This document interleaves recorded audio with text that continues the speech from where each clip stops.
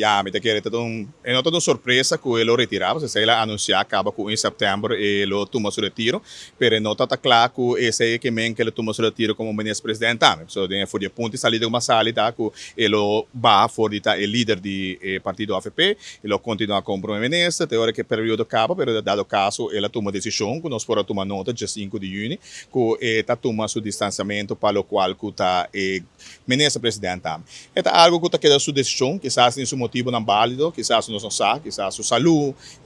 a cansa, está queda sua prerrogativa, não? Não está respeitar isso aí também, pero me está aí um mau momento, sim, é um mau momento, e pior que a Roma está queda com estabilidade, aunque a quem está em governo, você uma vez acaba a Roma está para estabilidade, e seguramente tem ponto não começa a tomar atenção na gente e tomar decisão importante tem a Luna na Nova Zelândia, e quizás o rol que ela halumbanda que não está assim,